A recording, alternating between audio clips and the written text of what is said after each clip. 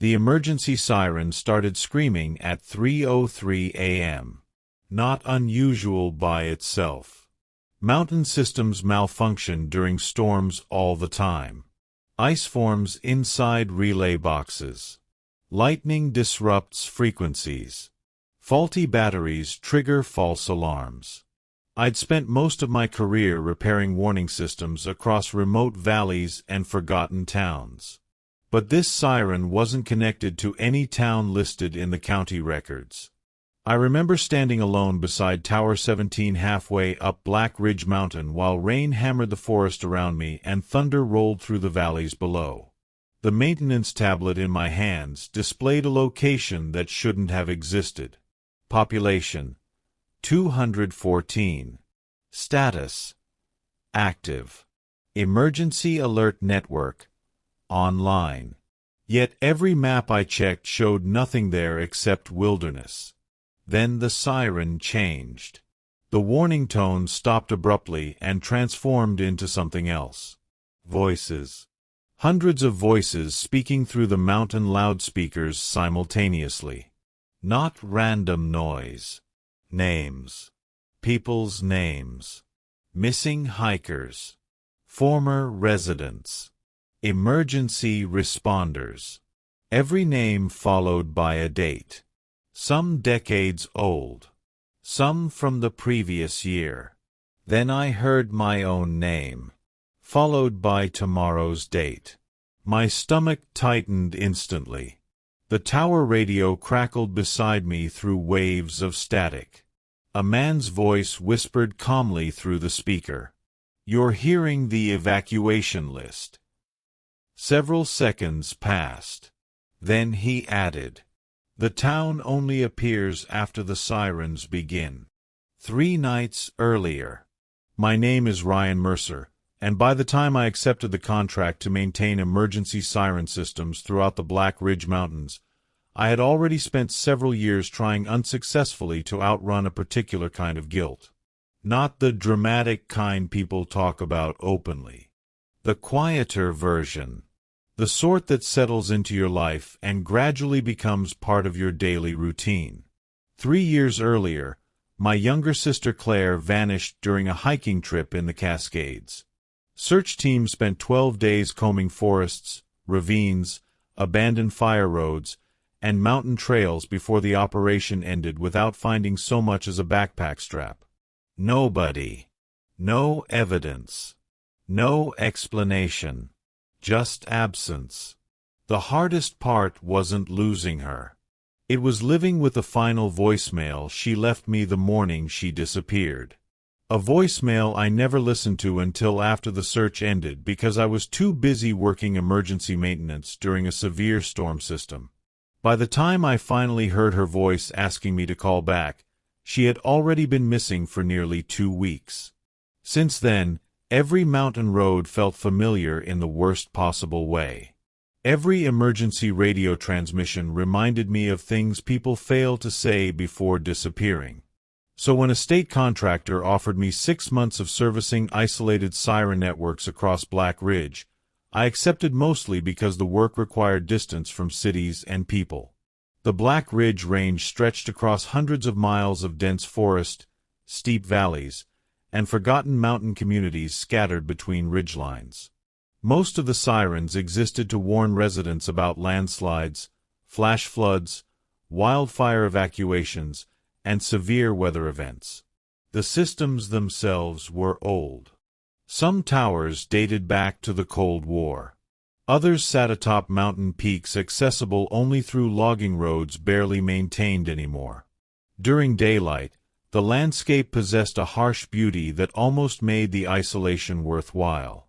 Endless forests rolling across valleys beneath layers of mist.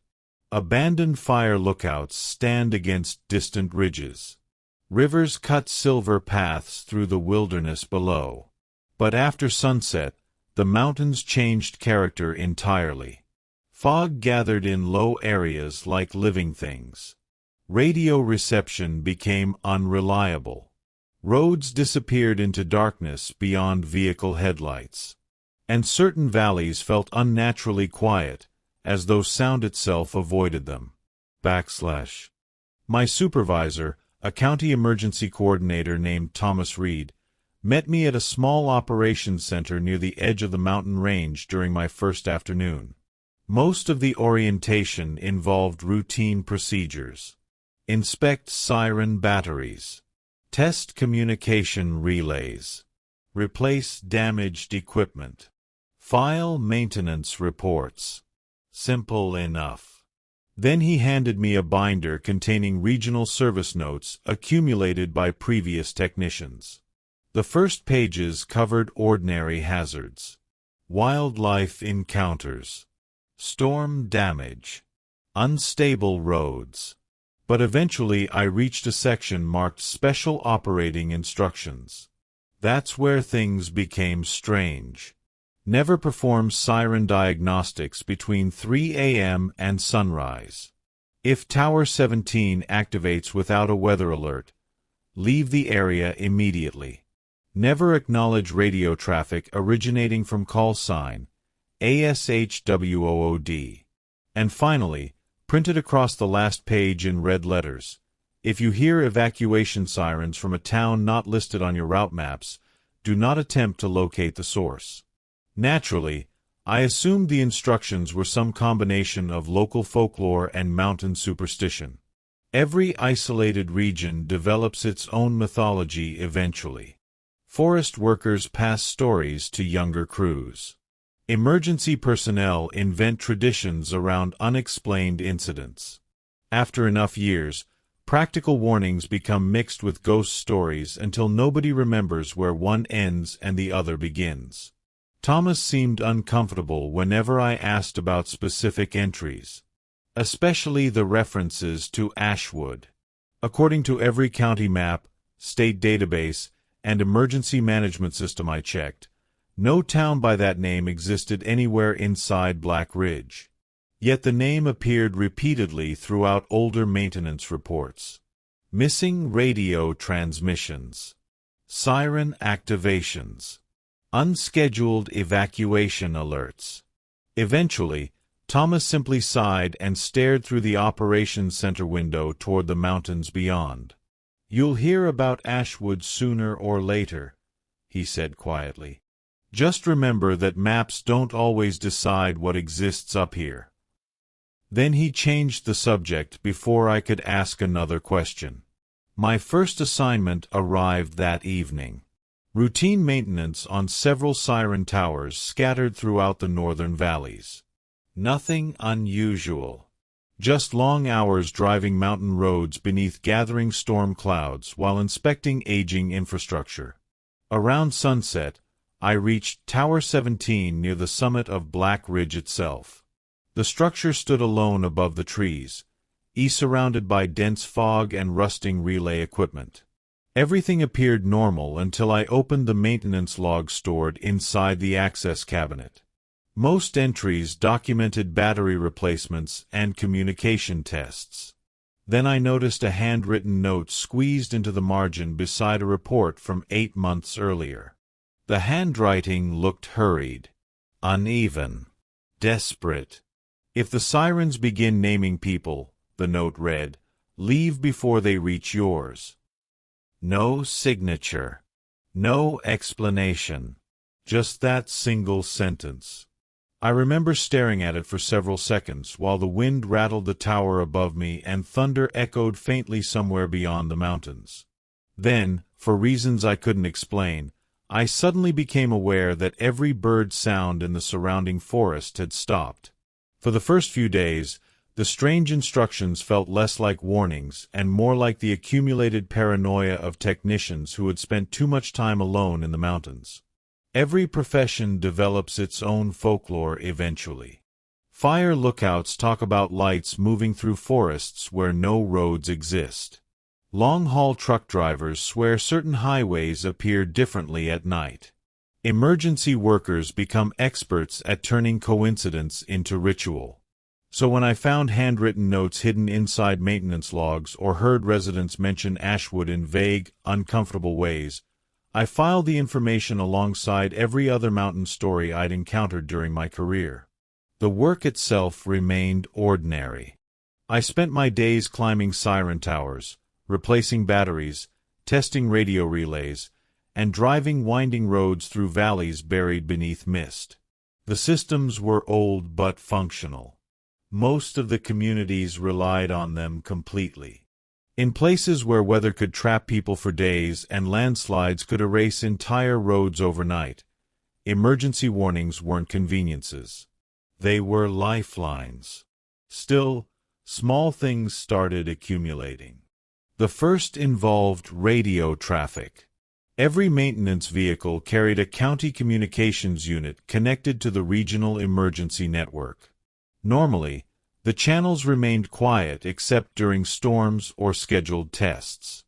Around 3 a.m., however, another signal occasionally surfaced beneath the static. Weak, distorted, difficult to trace. At first, I assumed it originated from a damaged relay somewhere deeper in the mountains. The transmissions usually lasted only a few seconds before fading again. Fragments of weather reports, evacuation notices, requests for status updates. Nothing particularly alarming. Yet every message ended with the same phrase: Ashwood Emergency Management standing by. The first time I heard it, I laughed quietly and made a note to inspect nearby communication towers. By the fifth occurrence, the repetition started feeling deliberate. Whatever signal I was hearing wasn't random interference. It sounded routine, professional, like an emergency operations center continuing normal duties, even though the town supposedly didn't exist. The residents didn't help. Most communities throughout Black Ridge consisted of a few hundred people at most. Mountain towns tucked between ridgelines where everybody knew everybody else. Whenever I stopped for fuel or supplies, conversations inevitably drifted toward weather forecasts, road conditions, and siren maintenance schedules. Then someone would eventually mention Ashwood. Never directly. Never comfortably. Just enough to create the impression of a place everyone recognized, but nobody wanted to discuss openly. One elderly store owner near Cedar Pass frowned when she noticed Ashwood listed inside my service binder. "They still sending technicians up there?" she asked absent-mindedly before immediately changing the subject. Another man at a roadside diner spent nearly 30 seconds staring at Tower 17's location on my route map before quietly muttering, "Thought the sirens would have stopped by now." When I asked what he meant, he simply shook his head and paid his bill. The pattern repeated everywhere. People reacted as though Ashwood was familiar. Then they acted as though they regretted acknowledging it. The sirens themselves remained mostly normal. Mostly. One evening while performing diagnostics on a tower overlooking Hollow Creek Valley, I noticed an unusual entry in the system archives. Emergency activations are recorded automatically. Weather alerts. Evacuation warnings. Test broadcasts. Every signal receives a timestamp and originating location. Yet buried among the legitimate records were dozens of activations connected to coordinates that didn't appear on any county map. The location field simply read Ashwood Municipal Network. Some alerts dated back 20 years. Others occurred as recently as 3 months earlier. What bothered me wasn't the existence of the records. Databases contain errors all the time. What bothered me was the consistency. Every activation occurred between 3 a.m. and sunrise. Every alert lasted exactly 4 minutes and 17 seconds. And everyone originated from towers officially listed as decommissioned decades ago. When I showed the entries to Thomas over the phone, he remained silent for several moments before telling me to ignore them completely. "The old system archives corrupt themselves sometimes," he said. The explanations sounded rehearsed. 3 nights into the assignment, I experienced the first genuinely unsettling incident. A severe storm moved through the mountains shortly after midnight, forcing me to shelter inside a maintenance station near Black Ridge Summit while waiting for conditions to improve. Around 3:12 a.m., every radio channel inside the building activated simultaneously. Not loudly. Just enough to wake me from a light sleep. Through the static came the distant sound of emergency sirens echoing somewhere beyond the storm. Long, mournful warning tones rolling across valleys hidden beneath darkness and rain. At first, I assumed a nearby town was conducting an evacuation. Then I checked the network monitors. No alerts. No weather warnings. No active broadcasts. Yet the sirens continued sounding faintly through the mountains outside. Then a second noise emerged beneath them. Church bells. Not one bell. Hundreds. Ringing somewhere beyond the ridgelines where no towns should have existed. The sound lasted less than a minute before disappearing completely. When dawn finally arrived, I stepped outside expecting to find evidence of an overnight emergency somewhere in the surrounding valleys. Instead, fresh fog covered everything. And far below the summit, where every map showed only forest, I could have sworn I saw the outline of rooftops disappearing into the mist. The rule I broke wasn't dramatic. I didn't follow mysterious voices into the forest or drive blindly into a storm searching for a town that shouldn't exist. I simply decided to verify something for myself because that's what technicians do. Equipment either works or it doesn't. Signals either originate somewhere or they don't. Every strange story surrounding Ashwood relied on assumptions, rumors, and incomplete information. The only concrete evidence I possessed was the coordinates hidden inside the archived siren activations. So late one afternoon, while servicing a relay station near Black Ridge Summit, I entered those coordinates into my navigation system. The result should have been impossible. Instead of returning an error, the system generated a route. A narrow mountain road branched away from the main highway and disappeared into a valley officially listed as uninhabited wilderness. According to the navigation software, a municipality existed at the destination. Population data unavailable. Emergency services active. Estimated travel time, 37 minutes. I remember staring at the screen for nearly a full minute while rain drifted across the windshield. Then I checked 3 separate map applications. None showed the road at all. That should have been enough to end the investigation. Instead, curiosity won. The drive itself felt surprisingly ordinary. The access road began exactly where the navigation system indicated, branching away from a forgotten section of highway hidden between steep ridges and dense pine forest. The pavement looked old but maintained. Not abandoned. Guardrails lined sharp turns. Utility poles followed the road deeper into the valley. Several times, I considered turning around. The entire situation felt increasingly ridiculous. I was a state contractor chasing coordinates from corrupted emergency archives because local rumors had gotten under my skin. Yet every mile made the mystery harder to dismiss. The road physically existed. Power lines physically existed. Whoever maintained them was spending real money and effort preserving infrastructure for a place absent from every official map. As dusk settled over the mountains, fog gathered between the trees while the valley narrowed around me. Then, without warning, the forest opened. A town stood below. Not ruins. Not abandoned foundations. A functioning town. Streetlights glowed softly beneath the gathering darkness. Rows of houses stretched across the valley floor. Storefronts lined a central road. Water towers rose above rooftops. Even from the overlook where I stopped the truck, I could see movement. Vehicle headlights navigating intersections. Porch lights switched on as evening arrived. The sight froze me completely. My first reaction wasn't fear. It was disbelief. Entire communities don't accidentally disappear from state records. Yet there it was. Ashwood. Existing plainly beneath the mountains while every official source insisted it wasn't real.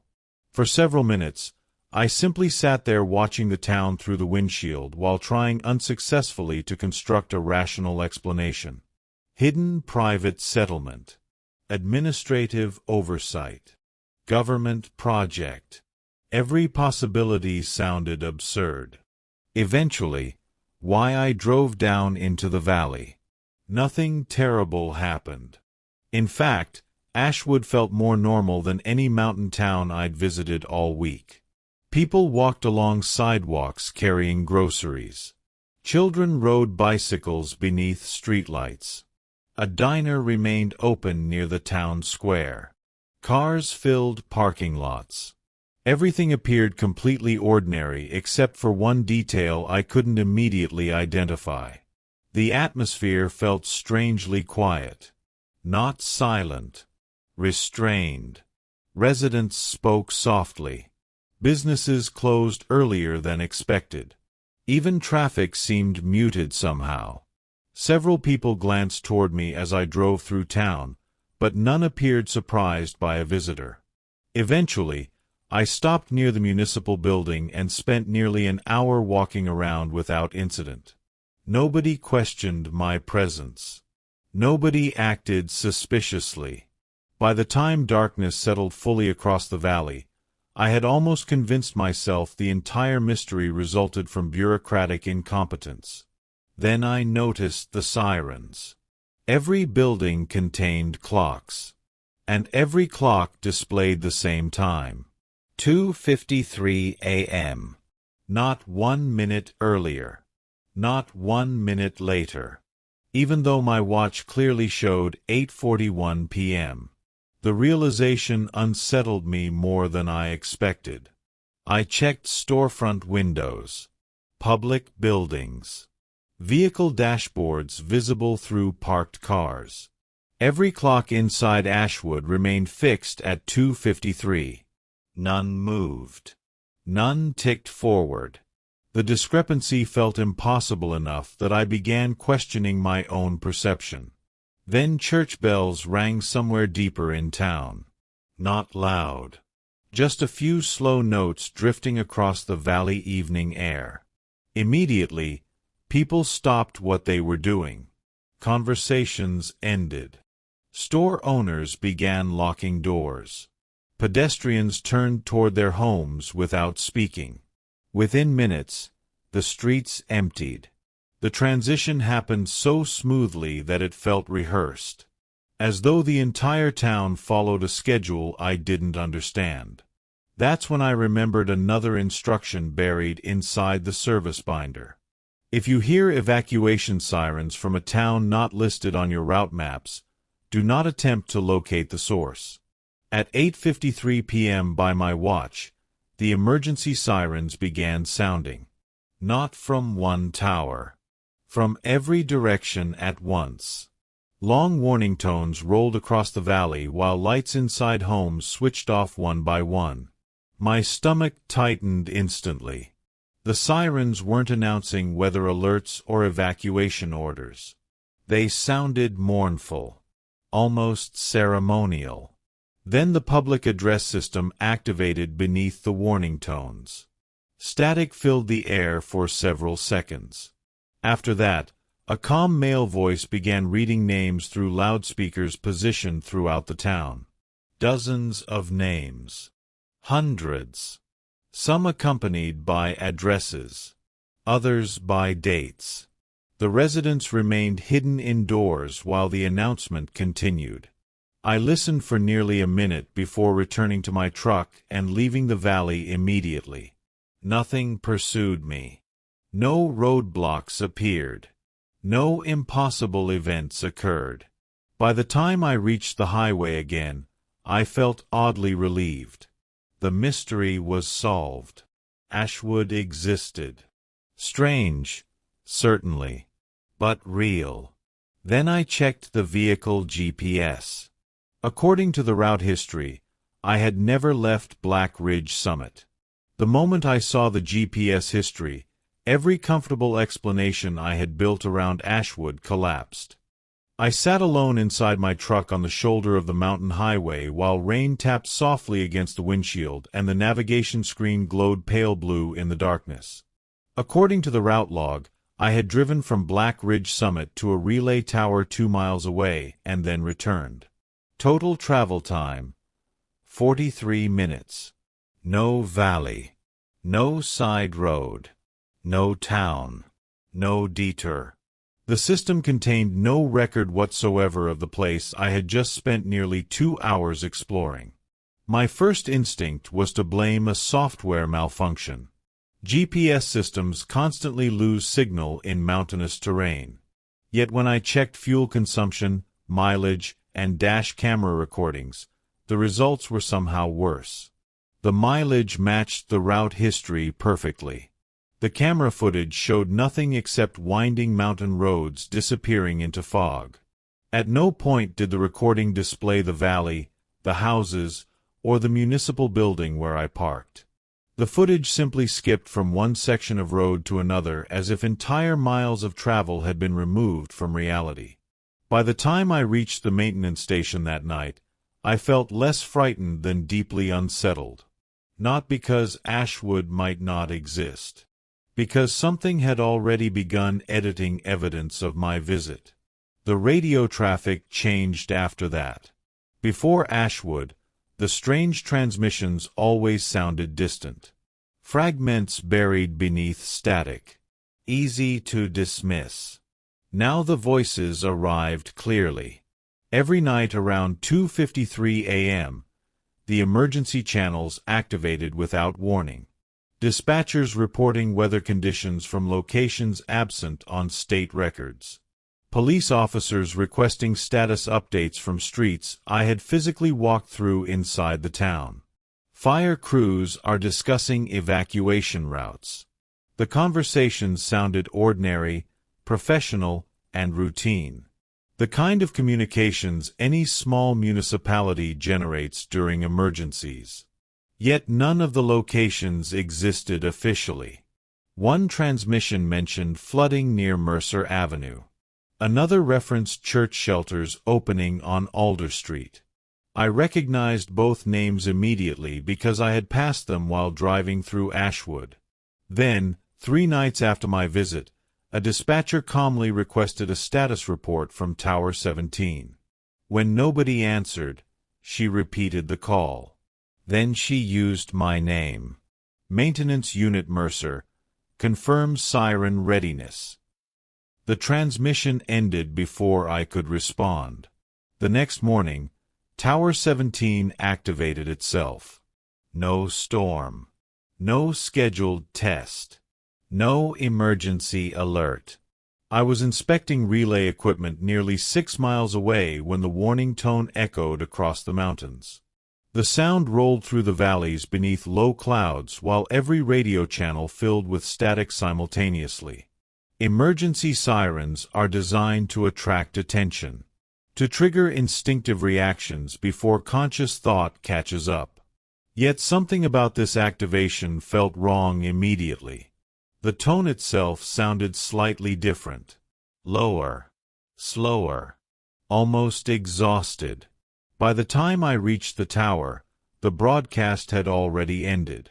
System diagnostics showed no activation record. No incoming signal. No power fluctuation. According to every monitor, the siren had remained silent all morning.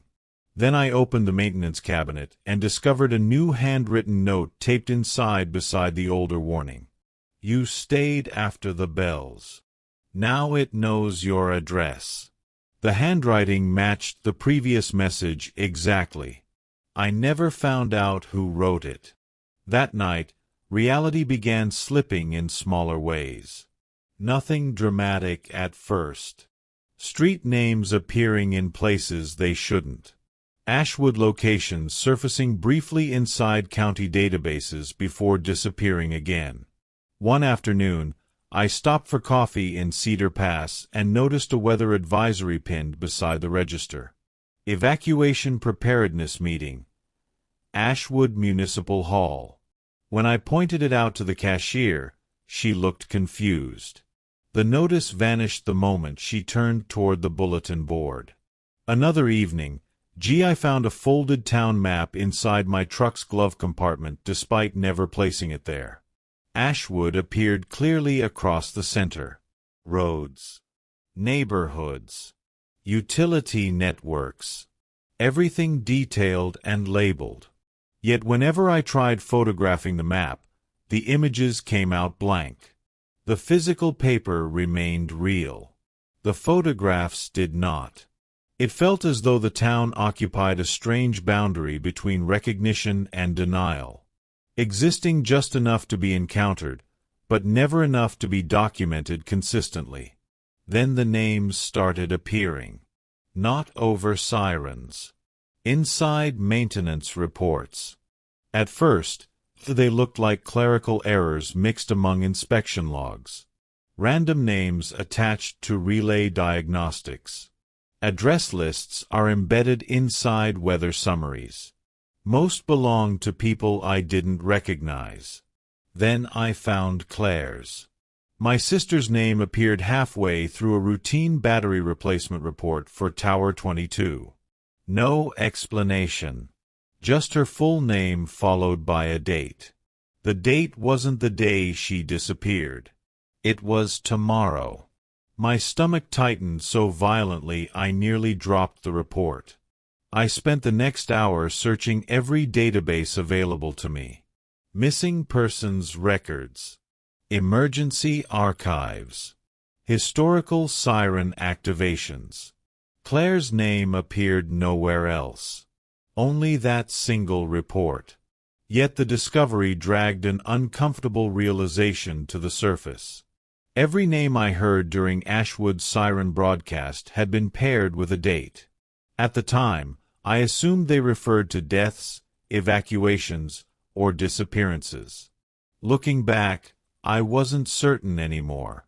Because if Claire's name had appeared inside the maintenance logs before tomorrow arrived, then maybe the sirens weren't recording the past. Maybe they were announcing arrivals. Finding Claire's name inside the maintenance report destroyed whatever professional distance I had managed to maintain up until that point. For several days afterward, I stopped treating Ashwood as a curiosity and started treating it as a problem with personal consequences. The possibility that my missing sister was somehow connected to the town sounded irrational, yet the mountains had already exhausted most of my rational explanations. So I did what I should have done from the beginning. I stopped relying on current county records and started digging through older archives. Physical archives. Paper files are stored in the basement rooms nobody uses anymore. Emergency management offices tend to accumulate mountains of forgotten documentation over the decades. Decommissioned siren reports. Historical evacuation plans. Land surveys. Disaster response records. Most of it sits untouched until someone needs to prove something existed once. 3 days after finding Claire's name, I gained access to a storage facility beneath the original county operations center. According to official inventories, the building contained nothing relevant to Ashwood. That turned out to be the first lie. The town appeared everywhere before 1987. Old maps displayed it clearly between Black Ridge Summit and Hollow Creek Valley. Population figures fluctuated over the years but generally remained between 200 and 400 residents. Utility surveys listed water systems, schools, churches, and municipal buildings. Emergency evacuation routes connected Ashwood to neighboring communities. Newspaper clippings mentioned festivals, road closures, and weather emergencies. The town wasn't hidden. It wasn't a secret. It existed openly for decades. Then, sometime during the autumn of 1987, the records changed. Not abruptly. Gradually. One map omitted a road. Another removed a neighborhood. Population reports stopped updating. Utility records disappeared. Within 2 years, Ashwood vanished entirely from state documentation. Yet the strange part wasn't the disappearance itself. Entire communities collapse sometimes. Floods happen. Wildfires happen. Economic failures happen. The strange part was that nobody documented what happened afterward. It was as though every institution collectively agreed to stop acknowledging the town while continuing to maintain infrastructure around it. The oldest siren records proved even stranger. Buried inside a stack of emergency communication reports, I discovered maintenance logs dating back nearly 50 years.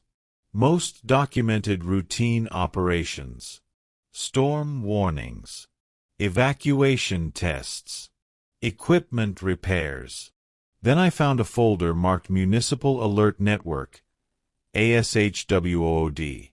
The reports inside didn't describe weather events or disasters. They described arrivals. Every activation recorded names, dates, locations. Residents apparently referred to them as receiving broadcasts.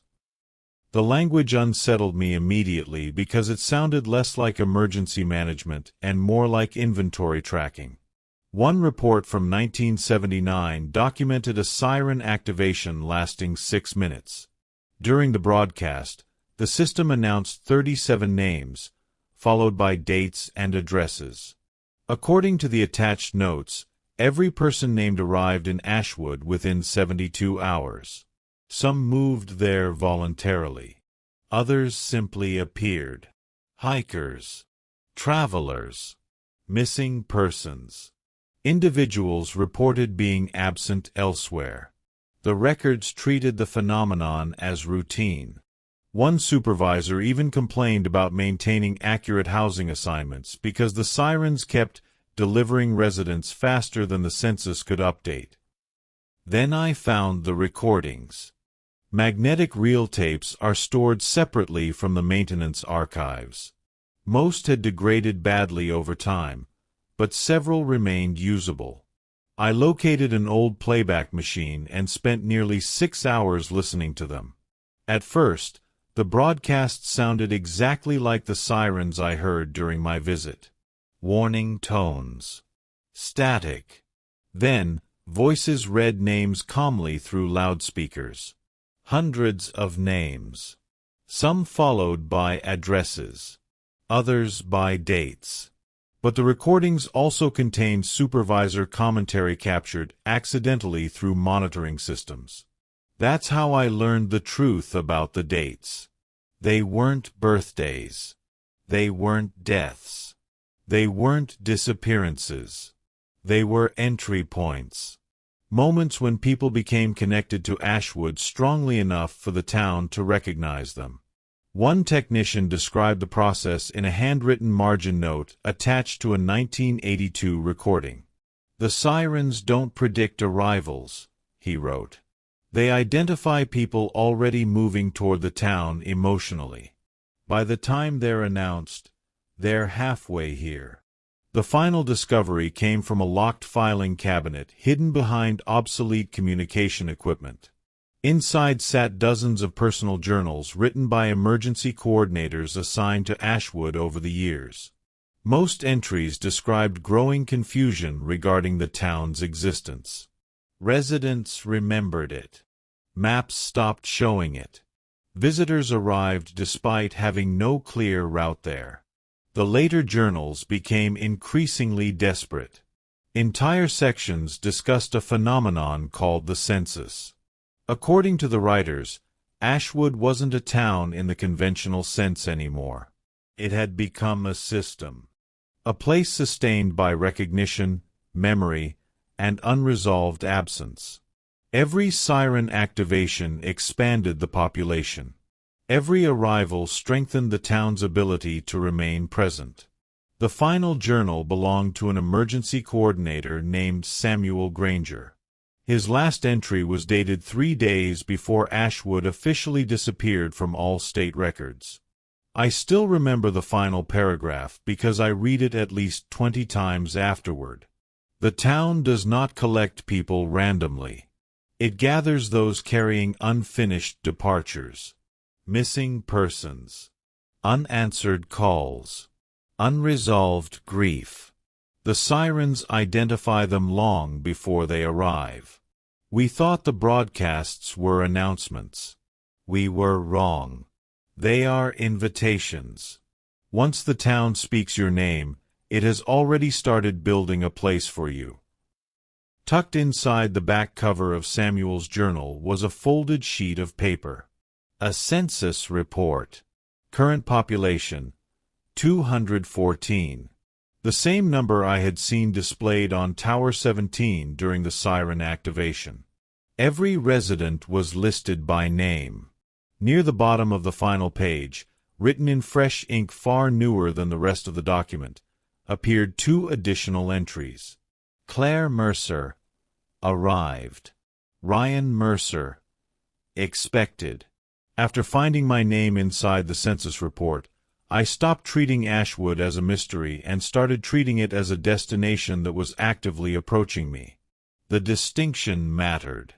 Up until then, I had imagined the town as something hidden in the mountains waiting to be discovered. The journals changed that understanding completely. Ashwood wasn't waiting. It was recruiting. Every siren activation, every radio transmission, every impossible maintenance report served the same purpose. Recognition. The town grew stronger every time someone acknowledged it. Worse, the process appeared cumulative. The more attention I gave Ashwood, the more frequently evidence of its existence surfaced around me.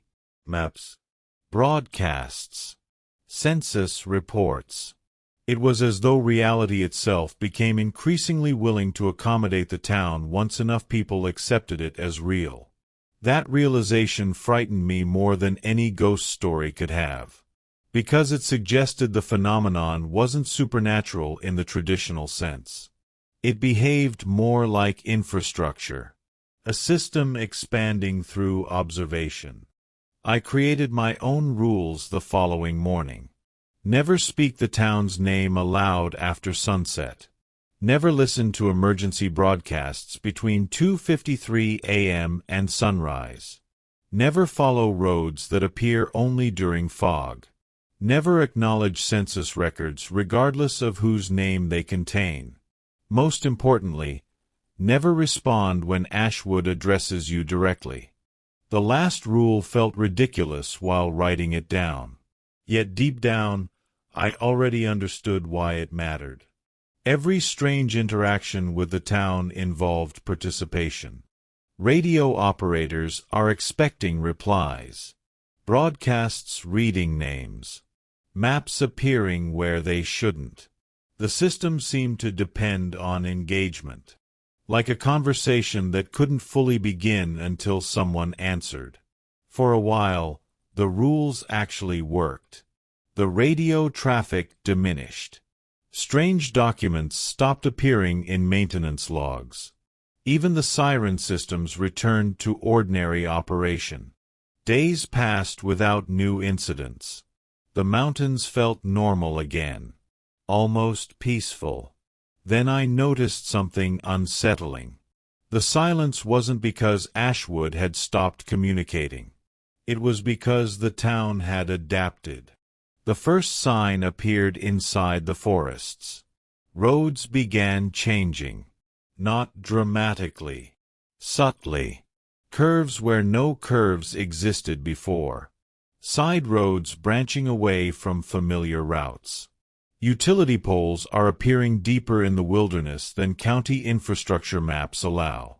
Several times, I found myself driving toward maintenance sites and realizing I had traveled miles farther than necessary without remembering the intervening sections of road.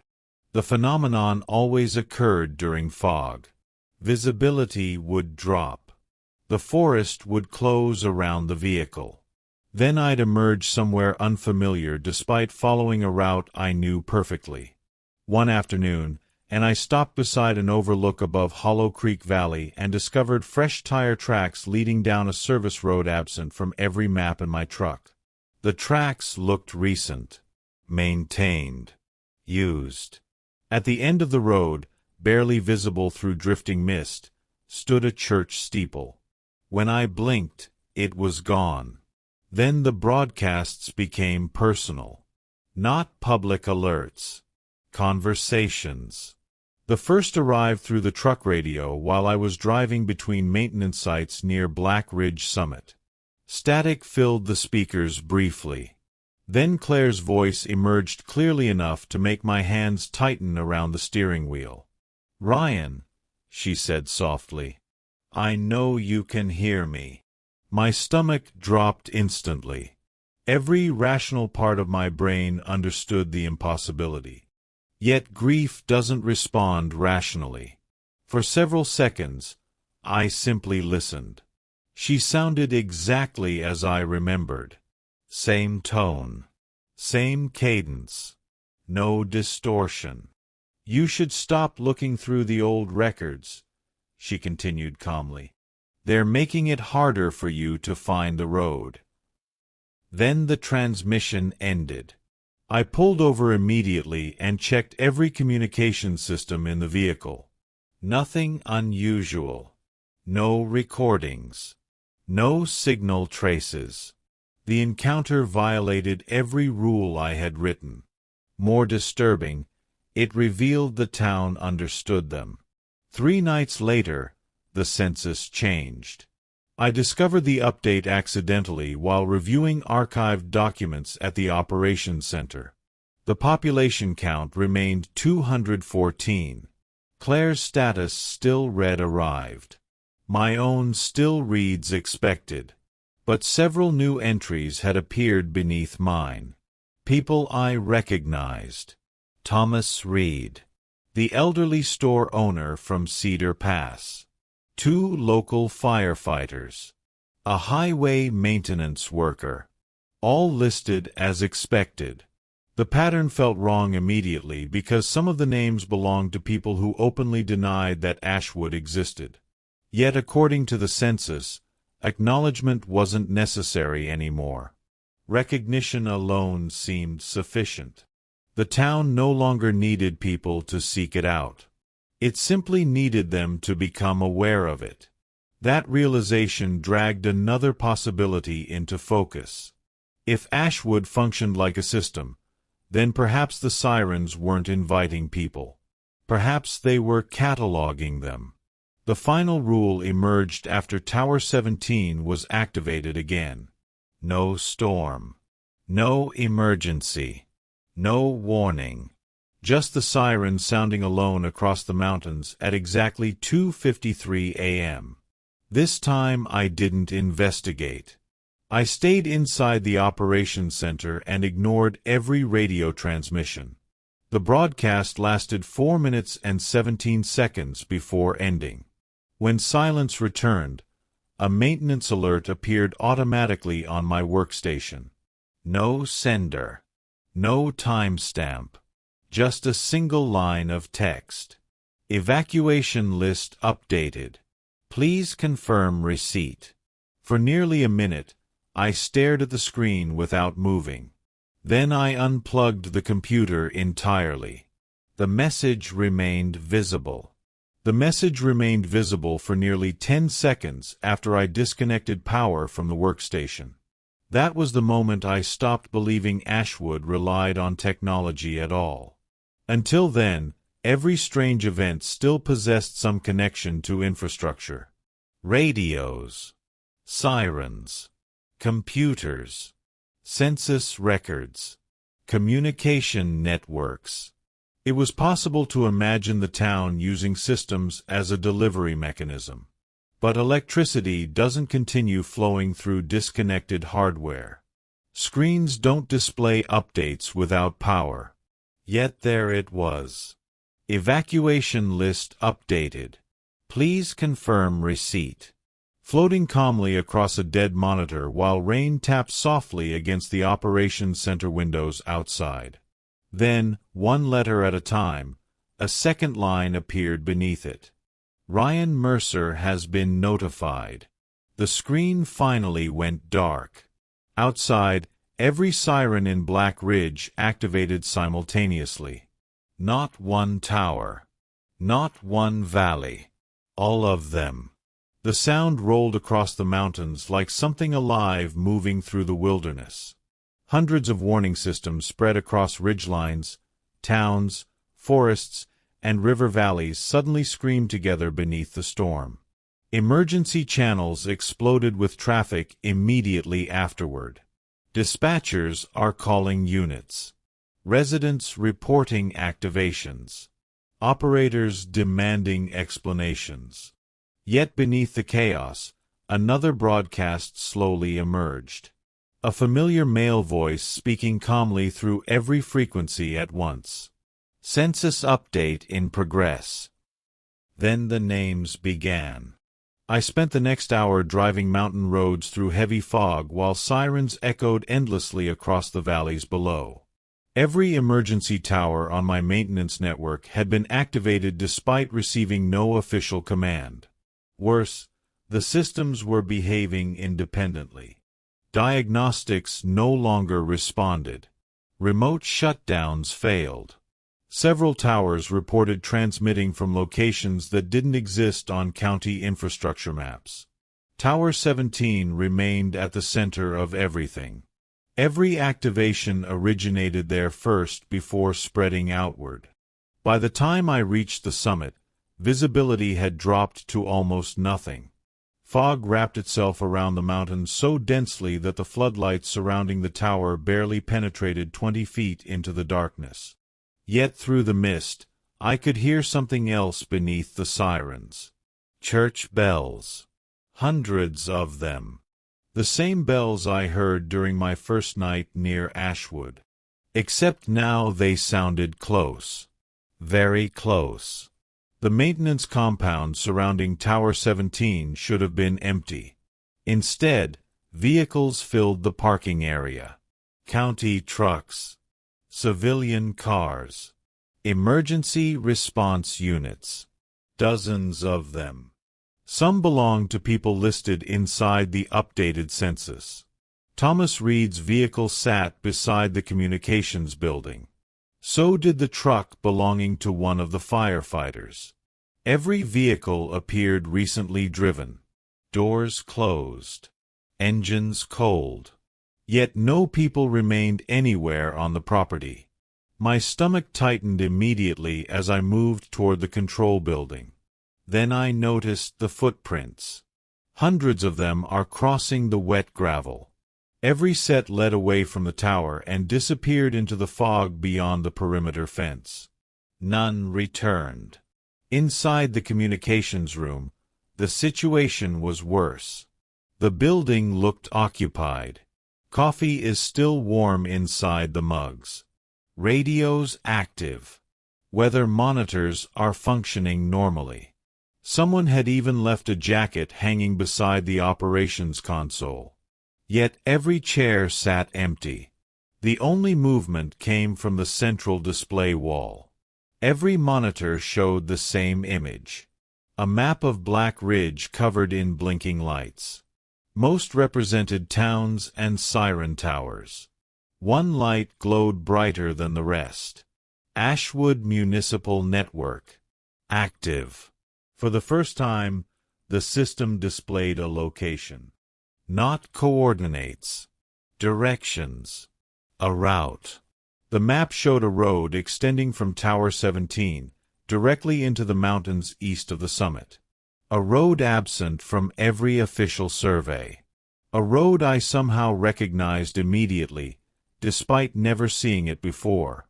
Then the radio activated behind me. Not static. Not a recorded message. Claire. Ryan, she said softly. I closed my eyes immediately. Because I knew if I answered, I would break the final rule. Several seconds passed. Then she spoke again. "You think the town is taking people?" Her voice sounded closer than before. "Not through the radio. Inside the room. The town isn't collecting anyone." I opened my eyes. The monitors had changed. Every screen now displayed a live camera feed. Not from Ashwood. From the communications room itself. Dozens of camera angles show me standing alone beside the operations console. Except I wasn't alone. Other versions of me occupied the room. One standing near the doorway. Another beside the radio.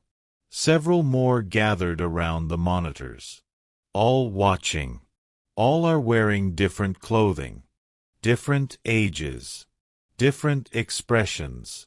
Yet unmistakably me. Then every version turned toward the camera simultaneously. And Claire whispered one final sentence through the speakers.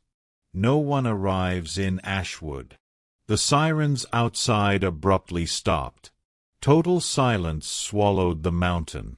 Then, somewhere beyond the fog, an entire town switched on its lights. For several seconds, I stood motionless inside the communications room while the monitors illuminated dozens of versions of myself staring back from impossible camera feeds. Outside, the sirens had finally fallen silent. The absence felt wrong. After days of constant broadcasts and warnings, the sudden quiet carried more tension than the noise ever had. Beyond the fog-covered windows, lights glowed across the mountainside where no town should have existed. Hundreds of them. Street lights. Porch lights. Storefronts. Entire neighborhoods emerging through the mist beneath the summit. Ashwood wasn't hidden anymore. It wasn't appearing briefly through gaps in reality or surfacing inside corrupted records. The town was simply there now. Present. Stable. Visible from Tower 17 as plainly as any community on any map. And somehow that frightened me more than every impossible thing I'd witnessed before. Because mystery allows doubt. Visibility doesn't. The route displayed on the monitors remained active. A single road stretches from the summit directly toward Ashwood. Every version of me visible on the screens had already started walking it. Some looked older than I was now. Others younger. A few wore emergency service uniforms I had never owned. One appeared injured. Another carried the same maintenance binder Thomas gave me during my first week in Black Ridge. Yet all of them moved toward the town. Not forced. Not controlled. Deliberate. Like people finally returning somewhere they had been trying unsuccessfully to reach for years. Then I understood what Claire meant. The town wasn't taking people. The town wasn't collecting them. Ashwood represented the destination created by unfinished departures. Every missing person. Every unresolved absence. Every life suspended between leaving and arriving. The census didn't record residents. It recorded individuals whose stories remained incomplete long enough for the town to recognize them. Then I found the original siren controller.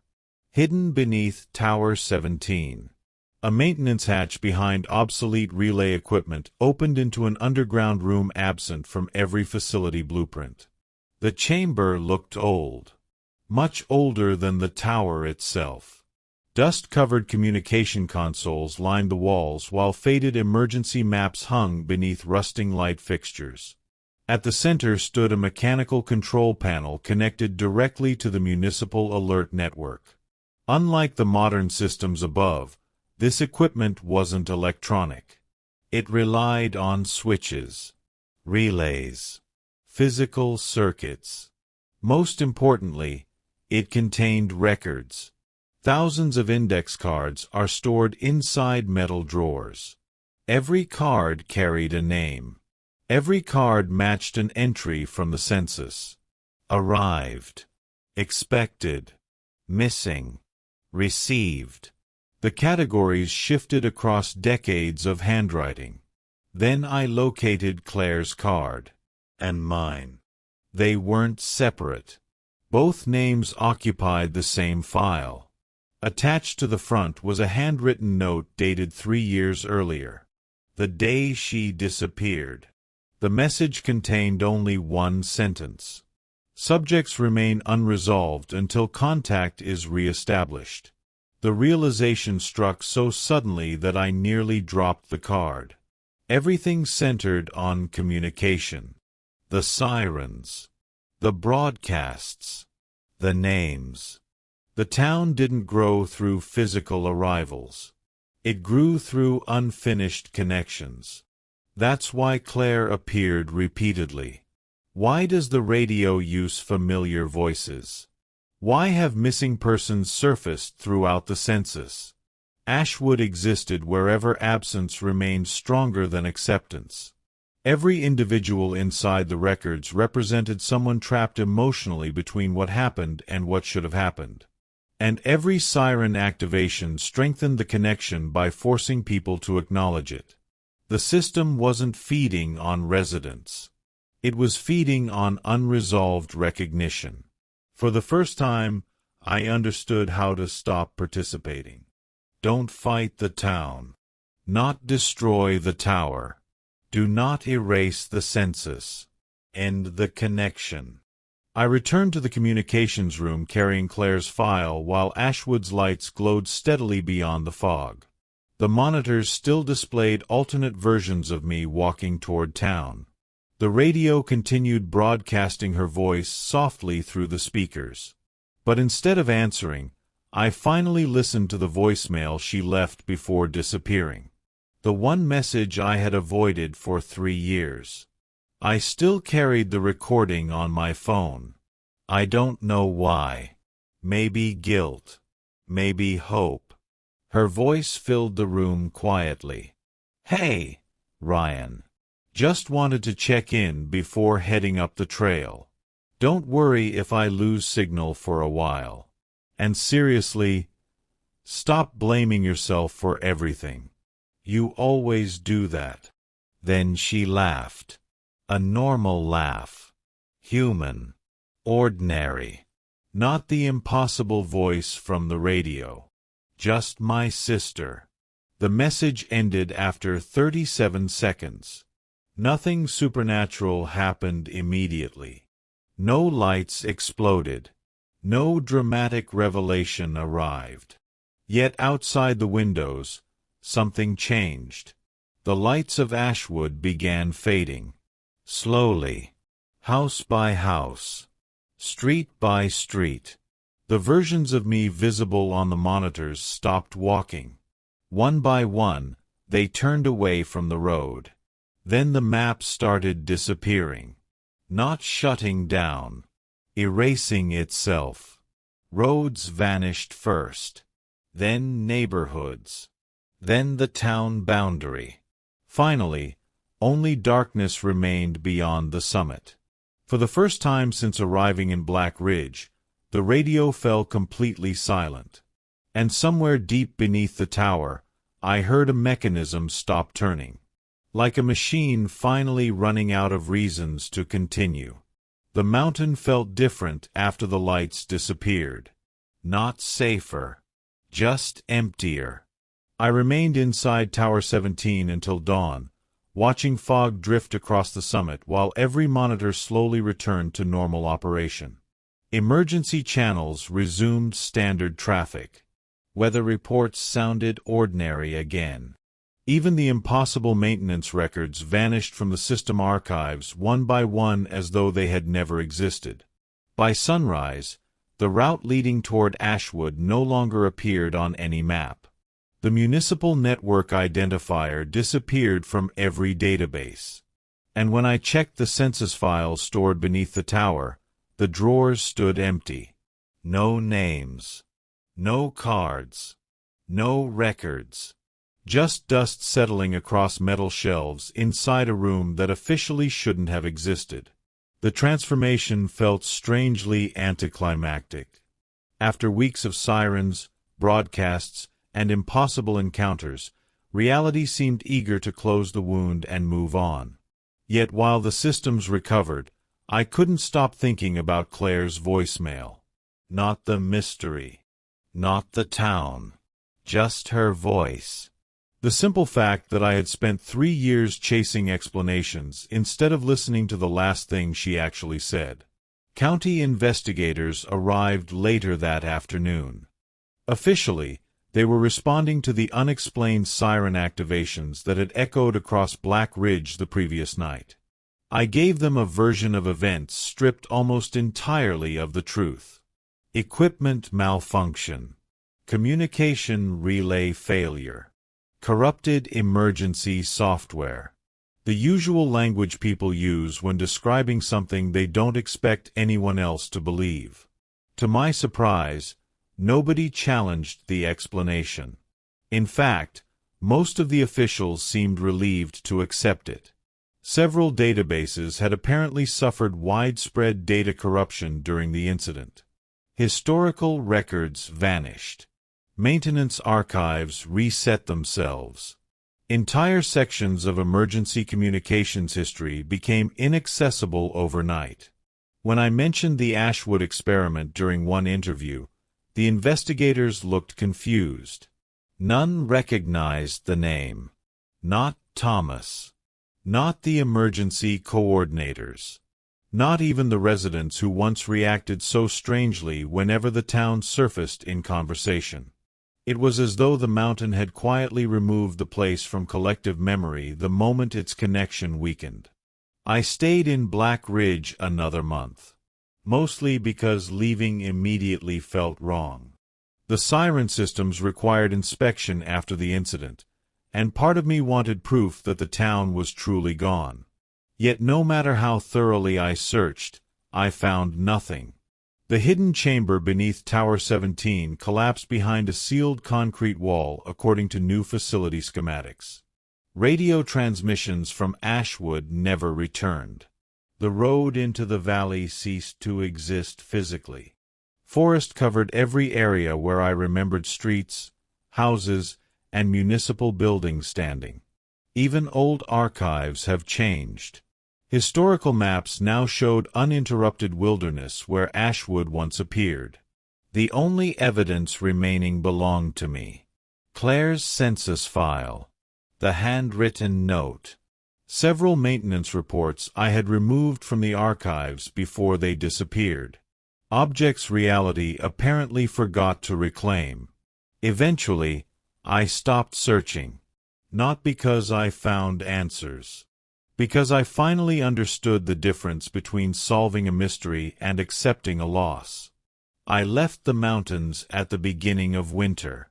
For a while, life improved in small, ordinary ways. I answered phone calls instead of ignoring them. I listened to voicemails when they arrived. I stopped building entire emotional worlds around unfinished conversations. The guilt surrounding Claire never vanished completely, but it changed shape. Less obsession. More grief. The kind people are supposed to carry. Sometimes, I even convinced myself that Ashwood represented nothing more than a psychological phenomenon amplified by isolation, old siren networks, and unresolved trauma. Then, about 8 months after leaving Black Ridge, a package arrived at my apartment with no return address. Inside sat a single object. A road sign. Weathered. Old. Green municipal lettering. Ashwood. Population 214. The back carried a small metal plaque attached recently enough that the screws still shone. Engraved into the plaque was a date. Tomorrow's date. Beneath it appeared one additional line. Population update pending. I barely sleep now. Most nights, I wake around 2:53 a.m., convinced distant sirens are echoing through the city despite living hundreds of miles from the nearest mountain range. Sometimes emergency broadcasts on television seem to pause briefly before continuing. Other times, navigation systems suggest routes through places that don't appear on maps once I arrive. But the worst moments happen during heavy fog. That's when familiar streets start feeling subtly incorrect around me. Buildings where none should exist. Church bells ringing from neighborhoods that have no churches. And every once in a while, usually just before dawn, I'll pass a road sign standing beside an otherwise ordinary street. Green lettering. Municipal markings. Population count. The sign is always gone when I turn around. Yet during those moments, I remember the final sentence written inside Samuel Granger's journal. The sentence nobody was ever supposed to read after Ashwood disappeared. The town is not a place. It's where unfinished arrivals wait until someone finally answers them.